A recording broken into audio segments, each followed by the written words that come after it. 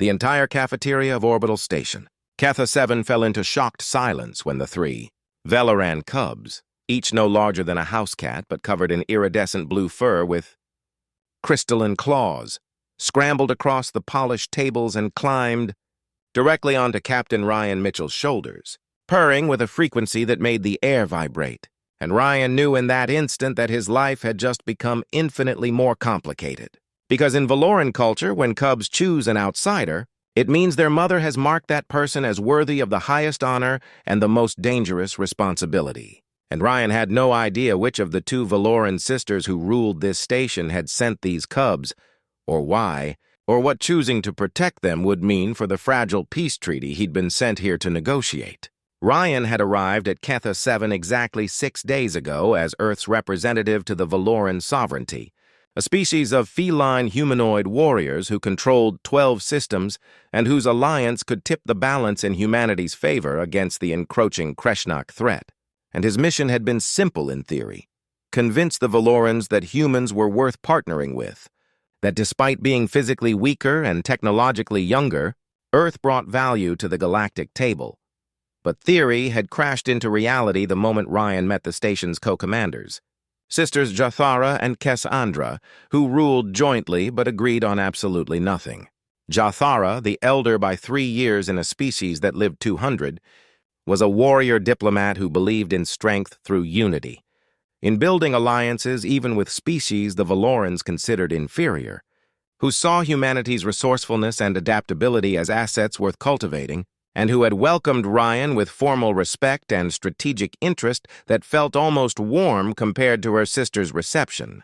Cassandra, younger but no less powerful, was a traditionalist who believed the Velkrens should remain isolated and pure, that alliances with lesser species weakened their culture, that humanity specifically was too aggressive and unpredictable to trust, and who had made it clear from their first meeting that she would oppose any treaty Ryan tried to negotiate.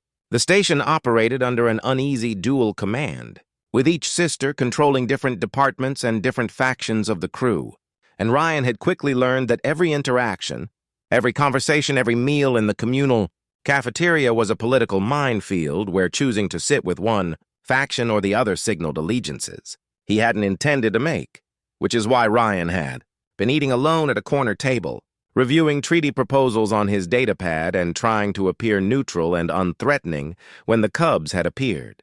They moved with the chaotic energy of all young creatures, tumbling and playing and radiating joy. But every Velkren in the cafeteria had gone still when the cubs changed direction mid-play and made directly for Ryan's table. And now they were draped across his shoulders and nuzzling his neck and purring so loudly that Ryan could feel it in his bones. And every eye in the room was staring at him with expressions ranging from shock to approval to outright hostility. "Don't move," said a warm, melodic voice to his right. And Ryan turned his head carefully, mindful of the cubs on his shoulders, to see Jathara standing beside his table, her amber eyes bright with something that looked like satisfaction, her iridescent blue fur rippling with colors that Ryan's cultural briefing had said indicated pleasure and vindication. "The cubs have chosen you, Captain Mitchell. This is unprecedented for an outsider. My children have declared you worthy of protection and trust, and by Velkren law, you are now under my family's guardianship." Ryan's mind raced, because Jathara had just claimed him in front of everyone, had used her cubs to make a political statement about the human alliance, and before he could formulate a response, Cassandra's voice cut through the cafeteria like a blade. "Your children are young and foolish, sister.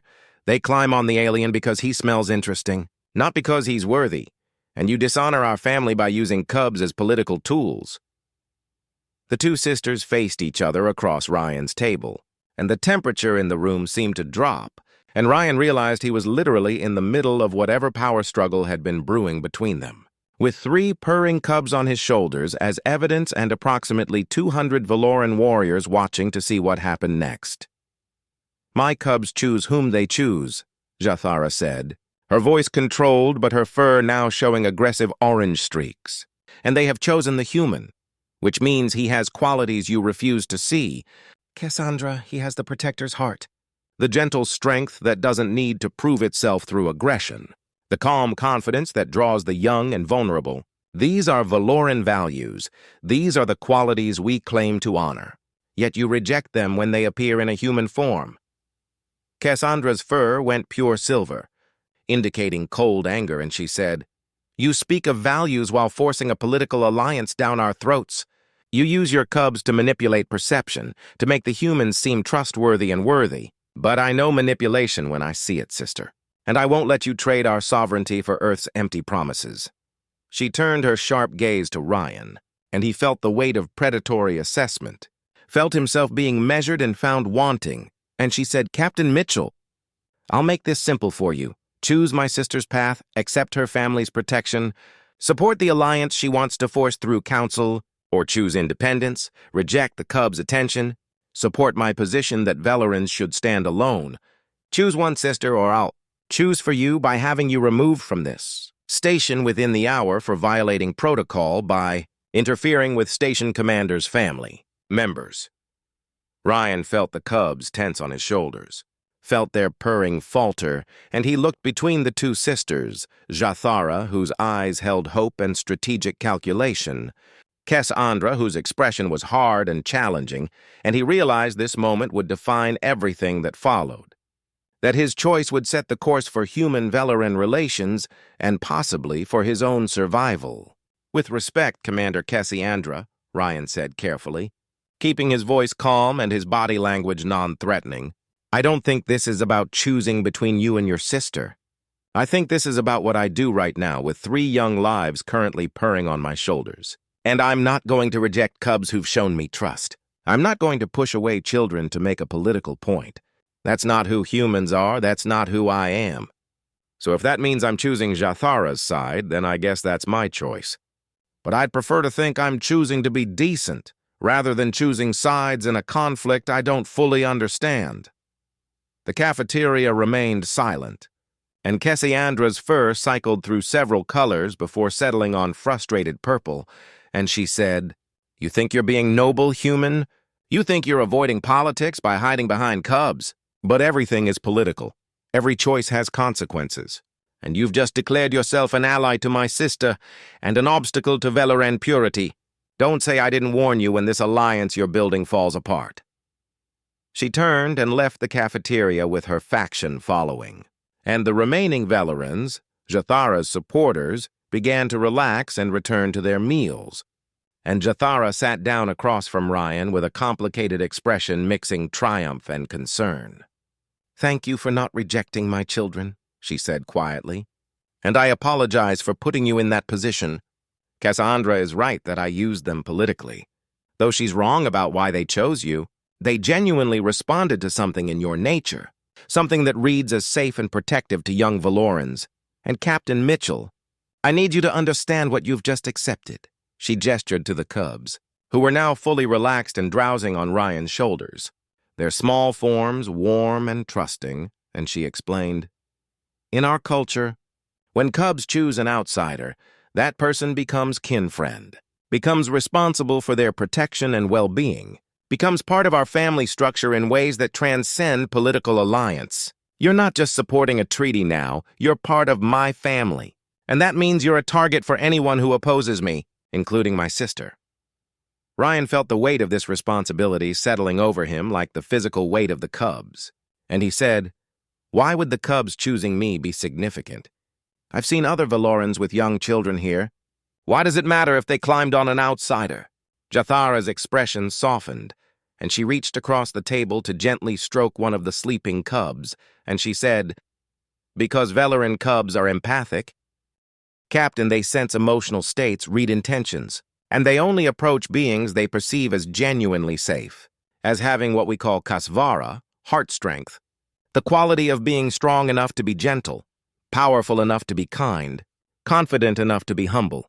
And in 200 years of Velkren history, cubs have only chosen outsiders 17 times, and every single one of those chosen proved to be exceptional allies, proved to have qualities that transcended species differences, proved to be worth the trust the cubs instinctively placed in them.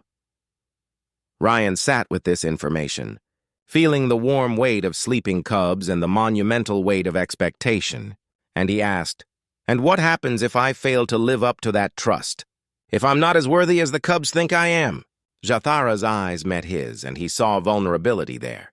Saw a mother's fear beneath the commander's confidence. And she said, "Then you'll break more than a political treaty, Captain Mitchell. You'll break my children's first experience with trusting their instincts. You'll damage their kasvara. And you'll prove Cassandra right that outsiders aren't worthy of Velkren faith. So please, if you have any doubt about your commitment to this alliance, to my family, tell me now before we go further." Ryan thought about his mission, about Earth's desperate need for allies, about the Kreshnak threat that loomed over human space. But he also thought about the 3 small lives sleeping trustingly on his shoulders, about the mother looking at him with guarded hope, about the choice between expedient politics and fundamental decency, and he said, "I can't promise I'll be perfect. I can't promise I'll understand all the cultural nuances or make all the right political moves, but I can promise that I won't betray these cubs' trust, that I'll protect them with everything I have, and that whatever alliance we build will be based on genuine partnership rather than manipulation or exploitation. Is that enough?" Jathara's fur shifted to warm gold, indicating deep satisfaction, and she said, "That is exactly enough, Captain. Welcome to my family." Over the following days, Ryan's life transformed in ways he hadn't anticipated. The cubs, whose names were Shiara, Kelvan, and little Tessa, became his constant companions during his off-duty hours, following him through the station's corridors, climbing on his furniture, curling up on his bunk to sleep, and teaching him patience and playfulness he hadn't accessed since his own childhood on Earth. Jathara became more than a political ally. She became a friend who shared stories of Velkren history and culture, who asked genuine questions about human customs and values, who laughed at Ryan's terrible attempts to pronounce Velkren words, and who patiently corrected his cultural missteps with kindness rather than judgment. But Cassandra's opposition didn't disappear. It intensified, manifesting in blocked treaty negotiations, hostile encounters in corridors, and growing tension among the station's crew as factions became more entrenched and confrontation seemed increasingly inevitable.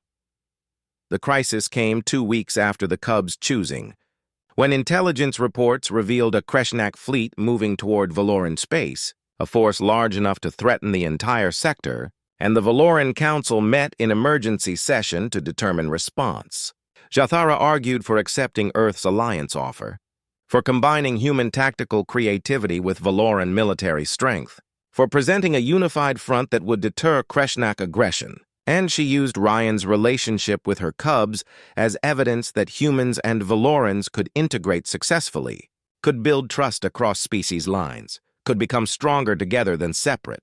Cassandra countered that relying on humans was weakness, that Velkrens had defended themselves for millennia without outside help, that accepting alliance now would make them dependent on a species that might abandon them when convenient, and she demanded the Council reject the treaty and prepare for solo defense. The debate raged for hours, with Ryan sitting in the observation gallery watching his fate and Earth's future being decided.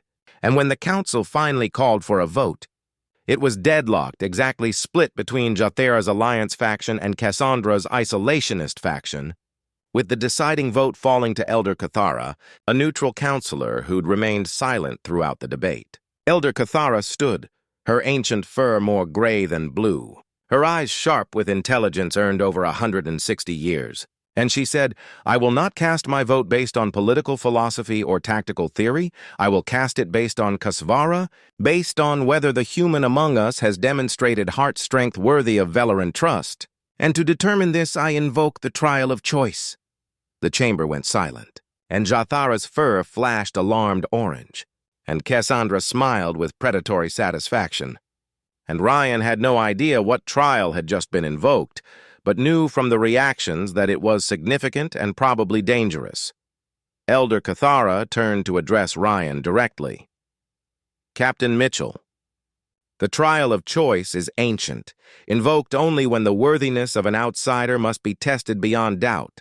You will be placed in a scenario where you must choose between your species' interest and Velkren well-being, and your choice will reveal your true heart, will demonstrate whether the Cubs' trust was justified or misplaced. will determine whether Earth deserves alliance or rejection. Do you accept this trial? Ryan felt every eye in the chamber on him, felt the weight of Earth's future, felt the smaller weight of 3 cubs who were probably sleeping in his quarters unaware their kinfriend was being tested. And he stood and said, I accept. What does the trial involve? Elder Cathara's expression was unreadable as she explained, We have intercepted Kreshnak. Communications revealing they plan to attack either the human colony at Proxima Station or the Velkren settlement at Keshatar Moon. Both targets are equally vulnerable. Both cannot be defended simultaneously with our current forces. Intelligence suggests the Kreshnak will strike whichever target we don't defend, leaving us to choose which population to save and which to sacrifice. Captain Mitchell, you must make this choice. You must decide whether we defend your human colony or our Velkren settlement, and your decision will determine whether Earth receives our alliance. The scenario was impossible, deliberately designed to force Ryan to choose between his own people and the Velkrens, to reveal whether his loyalty to Jathara's family and the Cubs was genuine or merely political theater. And Ryan felt sick because there was no right answer, only tragic choices and guaranteed loss.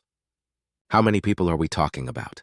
Ryan asked, trying to find some logical framework for an illogical decision. And Elder Cathara said, Proxima Station has 3,000 human colonists, including 500 children. Keshatar Moon has 2,500 Velkrens, including 300 cubs. And Captain, you have 5 minutes to decide. Ryan's mind raced through calculations and scenarios, through tactical assessments and moral philosophy, through everything his military training and his conscience could offer. And he thought about the cub sleeping in his quarters, about Jathara who'd trusted him with her children, about Cassandra who'd predicted he'd choose human interests over Velkren well-being, about the 3,000 humans at Proxima who were his responsibility as an Earth officer, about the fundamental question of whether he was a human who happened to be on a Velkren station or a kin-friend who happened to be human. I need clarification, Ryan said, his voice steadier than he felt. You said the Kreshnak will attack whichever target we don't defend, that they're essentially forcing us to choose who dies. Is that assessment certain, or is there any possibility they're bluffing or that we're misreading their strategy? Elder Cathara tilted her head, and Ryan saw the first hint of approval in her ancient eyes. And she said, Intelligence is 93% certain based on decoded communications and fleet movements, but you're correct that absolute certainty is impossible. Why does this matter to your choice? Ryan took a breath and said, Because if there's even a 7% chance the intelligence is wrong, then the logical choice isn't to defend one target and abandon the other, it's to call their bluff. To defend both targets with split forces and hope that our refusal to play their game disrupts their strategy. Yes, we'll be weaker at both locations. Yes, we're risking both populations instead of guaranteeing one survives, but we're also refusing to let the enemy dictate the terms of engagement, refusing to accept that we have to choose who lives and who dies, and that refusal, that insistence on fighting for everyone even when the odds are terrible, that's the most human thing I can do. The chamber erupted in surprised murmurs, and Cassandra stood and said, This is foolishness. You'd risk both populations out of sentiment. You'd gamble thousands of lives on a 7% chance rather than make a hard choice. This proves humans are too emotional for command decisions. Proves they can't be trusted with Velkren lives. But Jathara was smiling, her fur brilliant gold, and she said, No, sister. This proves exactly what the cub sensed in him. He has Kasavara. He refuses to accept that some lives are expendable. He chooses to fight for all rather than choosing which to sacrifice. This is heart strength. This is why humans are worthy allies. Not because they're logical or powerful, but because they're stubborn enough to reject impossible choices and creative enough to find third options. Elder Cathara raised her hand for silence, and when the chamber quieted, she said, Captain Mitchell, your choice reveals much about human nature and about your own character. You choose hope over certainty. You choose to fight for all over guaranteeing some. You reject the premise of the choice itself and propose an alternative that most Velkrens would consider illogical. And yet... She paused, her ancient eyes scanning the chamber. And yet this is precisely how the Velkren sovereignty was founded. 600 years ago, when our ancestors refused to choose which clan would survive a plague and instead chose to share all resources equally, even though logic said it would doom everyone. And that choice, that refusal to sacrifice some for others, that's when we discovered our greatest strength wasn't military might but unity. Wasn't individual survival but collective kasavara. Captain Mitchell just reminded us of our own founding values. Values we seem to have forgotten in recent generations. She turned to address the full council. I cast my vote in favor of Earth Alliance, not because the human made the tactically optimal choice, but because he made the Velkren choice, the choice our ancestors would have made, the choice that honors life and refuses easy sacrifices. If this is how humans approach impossible decisions, then they are exactly the allies we need against enemies who see all life as expendable. The chamber erupted in responses ranging from cheers to protests. And the vote was finalized with the alliance approved by the narrowest margin. And Cassandra stood and said, her voice tight with controlled emotion, the council has spoken and I will abide by its decision, but Sister Captain Mitchell, understand that I oppose this alliance because I fear what it will cost us. I fear that human methods will corrupt Velkren culture, that we'll lose ourselves in partnership with a species we don't fully understand. Prove me wrong, show me that my fears are unfounded, because I love my people too much to watch them diminish without fighting to prevent it. It was the most honest thing Cassandra had said to Ryan since his arrival. And he heard beneath her hostility the same protective instinct that drove Jathara, just manifesting differently.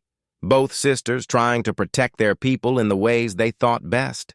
And Ryan said, Commander Cassandra, I can't promise we won't change each other, humans and Velkrens. I think real alliance means both species will be different because of the partnership, but I can promise we'll try to honor what makes Velkren culture valuable while sharing what makes human culture strong. And maybe the result won't be corruption but evolution, both our peoples becoming better versions of ourselves. Cassandra studied him for a long moment, then nodded slightly and left the chamber, and Jathara came to Ryan and said quietly, You handled that well, better than I expected. You saw beneath her anger to her fear. You acknowledged it without conceding her point. You're learning to navigate Velkren politics.